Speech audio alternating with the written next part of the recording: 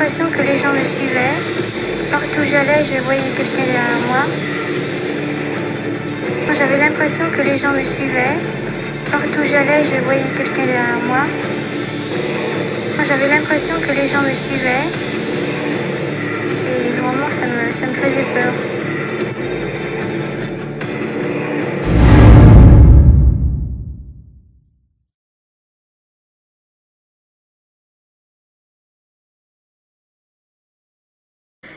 Bonsoir et bon retour sur le projet Curiosité Morbide. Si vous êtes là, j'imagine que ça ne va pas très bien, et ça tombe bien car moi non plus.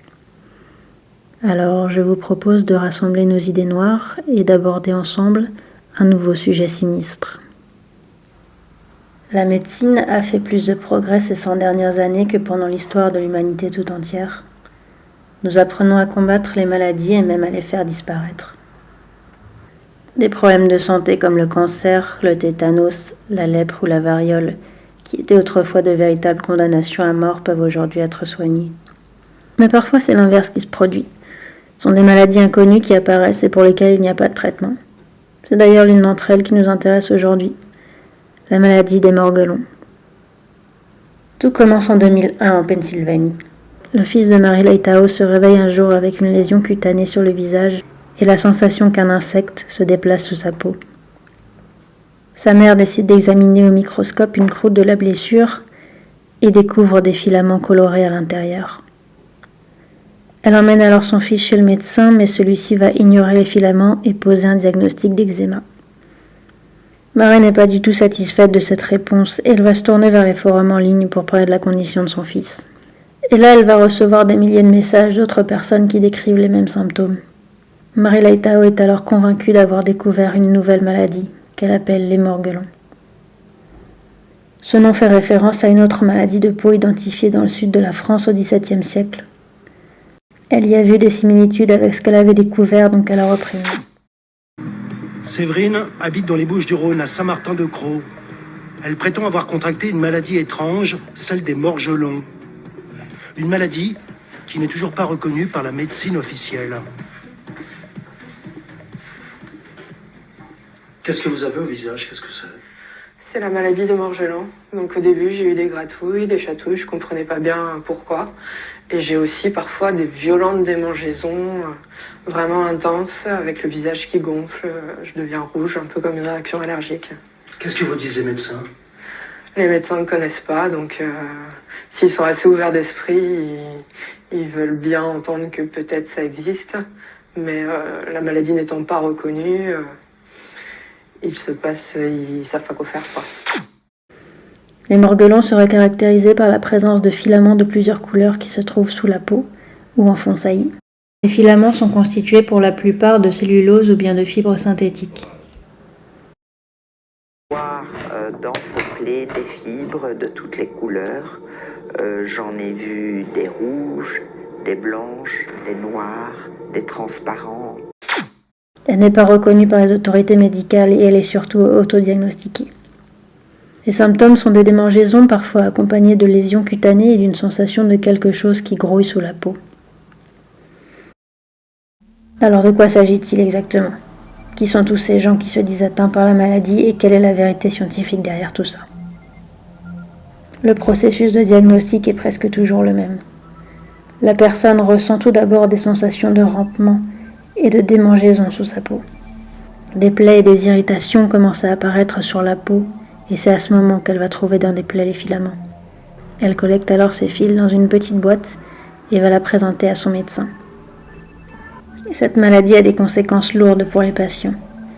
Il y a en premier lieu la manifestation physique des éruptions cutanées et des grattements qui peuvent défigurer la personne et provoquer une exclusion sociale et un fort repli sur soi par honte de son apparence. Ces grouillements sous la peau deviennent une obsession. Les malades en perdent le sommeil et la raison. Ils se grattent jusqu'au sang et scrutent pendant des heures leurs plaies, en cherchant désespérément la présence de corps étrangers. Il y a ensuite la souffrance psychologique d'être affecté par un trouble qui n'est pas clairement identifié, pour laquelle il n'y a pas de traitement ni de pronostic, et qui est souvent balayé d'un revers de main par les médecins. Alors la personne se retrouve encore plus isolée et désarmée face à ce qui lui arrive. C'est comme ça que les patients se tournent vers Internet pour trouver des communautés en ligne de personnes atteintes du même trouble. Malheureusement, ça contribue souvent à augmenter leurs angoisses parce qu'ils se retrouvent face à des gens qui vont leur dire que cette maladie va détruire leur corps, voire les tuer. Les patients se sentent dévorés de l'intérieur par des créatures qu'ils ne peuvent ni voir ni comprendre, qui se déplacent sous leur peau et semblent déposer des détritus sur leur passage. Leur détresse est telle qu'ils peuvent également avoir recours à des comportements dangereux, tels que réaliser une autochirurgie afin d'extraire ces fameux filaments. C'est le cas de cet homme qui filme ses exploits sur YouTube. Alright, hello boys and girls out there in YouTube land. I hope you enjoyed that last little bit where we cut out those hunks of Morgellons material. We're going to do it again. I have another spot on my arm that's about twice as big as the ones we just did.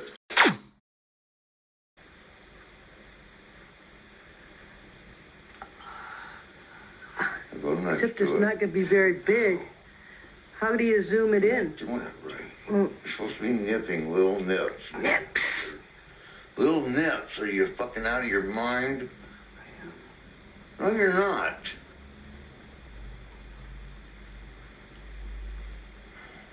You can't see it. That's better.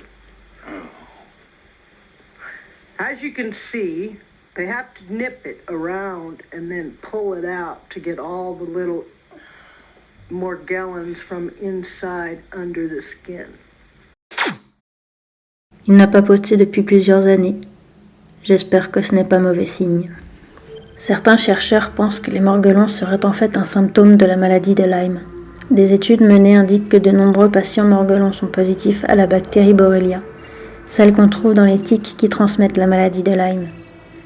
Cette infection provoque aussi des démangeaisons et des éruptions cutanées, ce qui en fait une bonne suspecte. Pour les détracteurs, en revanche, les bactéries Borrelia sont fréquentes chez l'homme et très peu d'entre elles provoquent des maladies. En plus, la maladie de Lyme a des symptômes suffisamment divers et suffisamment vagues pour qu'on puisse y faire rentrer de nombreux troubles. D'un point de vue plus théorique, la microbiologiste Marianne Middelveen a établi un lien entre les morgueulons et une autre maladie qui affecte les bovins, la dermatite digitée. Elle peut faire apparaître des boutons filiformes qui peuvent faire penser à des fibres textiles mais qui sont en fait faits de collagène et de kératine, produits de façon anormale suite à l'infection bactérienne. Middelveen suppose donc que les morgueulons sont la version humaine de la dermatite bovine provoquée par la bactérie Borrelia. Une autre explication possible, et d'ailleurs la favorite actuellement, est le syndrome d'Ekbom, qu'on appelle aussi un délire de parasitose. C'est un trouble d'origine psychotique, où la personne se croit infestée par des parasites qui se déplacent sous son corps ou dans son environnement. Les patients se grattent jusqu'au sang et provoquent ainsi eux-mêmes les lésions qui vont ensuite être infectées par des bactéries. On rencontre un patient atteint de syndrome de Morgellons. Le diagnostic est très vite fait parce que ces patients vous racontent qu'ils ont des fibres dans la peau. Ils arrivent avec des fibres qu'ils ont sorties de leur peau, mais nous-mêmes n'arrivons pas à sortir les fibres de leur peau, ni à identifier dans leur peau des fibres particulières. Ce sont des choses qui sont impossibles et donc on voit tout de suite qu'il s'agit d'un syndrome de Morgellons, donc d'un trouble psychiatrique. Les patients ne sont pas du tout ouverts à l'idée qu'il puisse s'agir d'une maladie psychiatrique. Je dirais même d'ailleurs que une des caractéristiques de cette maladie, c'est de la part des patients d'être persuadés qu'il s'agit de tout sauf d'une maladie psychiatrique. Ce délire parasitaire provoque une immense détresse chez ceux qui en souffrent et commence alors un cercle vicieux. Plus la personne se gratte, plus elle aggrave ses plaies, ce qui génère chez elle encore plus d'angoisse car elle pense que son état s'empire, et tout ça alimente son délire. Si on accepte cette hypothèse, la maladie des morgueulons serait non pas d'origine dermatologique, mais psychiatrique. Mais comme nous l'avions vu dans la vidéo sur Kelly, il est très difficile d'aborder l'angle psychiatrique avec un patient qui présente des symptômes physiques. Celui-ci va se sentir invalidé et mal considéré par son médecin, ce qui va le rendre hostile aux institutions médicales.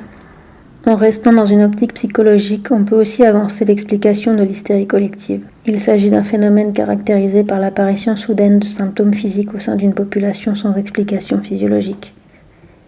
Cette psychose se répand par contagion mentale, en général dans une population avec la même culture.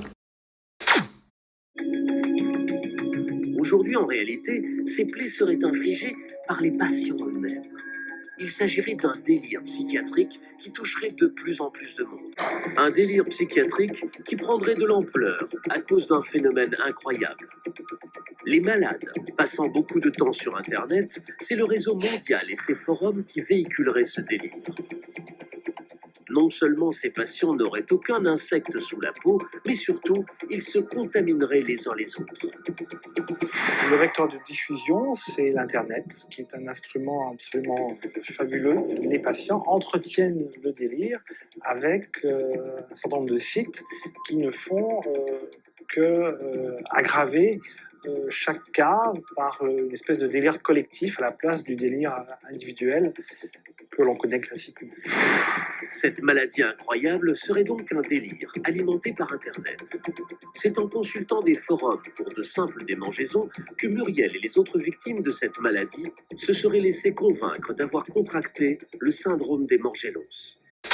On voit qu'il y a une forte corrélation entre les périodes où la maladie des morguelons va être beaucoup médiatisée et le nombre de personnes qui vont dire être atteintes par cette maladie. Ça arrive par exemple lorsque des célébrités annoncent être atteintes par la maladie ou lorsque des reportages sont réalisés sur les malades. On constate également que les patients eux-mêmes forment un groupe homogène, puisqu'il s'agit principalement de femmes caucasiennes de plus de 40 ans. Si on s'éloigne un peu de la théorie scientifique, certains complotistes pensent que la bactérie responsable de ce trouble est répandue volontairement par les gouvernements par l'intermédiaire des fameux chemtrails. Pour ceux qui ne le savent pas, les chemtrails seraient les traînées blanches laissées par des avions qui disperseraient un peu tout et n'importe quoi sur la Terre. Il semble que les complotistes eux-mêmes ne soient pas sûrs de ce qui se trouve dans ces fameuses traînées.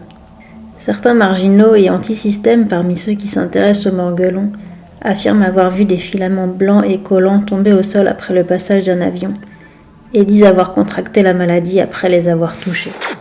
Donc là, voilà, c'est le genre d'observation typique suspecte où on a une traînée d'un côté qui pétarade, un petit peu comme s'il y avait un problème de carburation. Et cette traînée, petit à petit, disparaît. Voilà, donc sans que l'avion ait changé d'altitude radicalement. Voilà, on dirait que c'est la fin de l'épandage sur zone. Il met en ligne ses propres vidéos comme celle-ci, très récente. Je filme les traînées au loin, je fais un time-lapse, image par image. Et quand je regarde au coin de la maison, on voit des filaments avec des spécimens assez importants d'ailleurs, qui tombent depuis ce matin. Donc hier 19 février, aujourd'hui 20 février 2014, c'est encore pire. L'explication paraît un peu fantaisiste, mais certains voient le mal partout. Que la maladie des morguelons soit réelle ou pas, qu'il s'agisse d'un symptôme d'une autre maladie ou de la prochaine pandémie mondiale, la seule réalité que nous avons actuellement est le mal-être des personnes concernées. I'm just scared. Very scared. J'ai déjà dit, mais je trouve intolérable que les médecins se montrent condescendants avec leurs patients, même s'ils ne sont pas d'accord avec eux ou pensent qu'ils mentent. On ne peut pas communiquer avec quelqu'un qui pense que vous le prenez pour un idiot. Seul le progrès scientifique nous dira s'il s'agit d'une maladie organique ou d'un trouble psychologique. Et pendant que nous arrivons sur la fin de cette vidéo, que vous écoutez assis sur votre canapé, en marchant peut-être ou même dans votre lit, j'espère que vous ne sentez pas des petits insectes qui commencent lentement à se déplacer sous votre peau. Peut-être que vous avez un sentiment de démangeaison dans la jambe, peut-être à l'arrière de la nuque. Si c'est le cas, observez attentivement la surface de votre peau. Peut-être que vous y verrez des petits filaments colorés.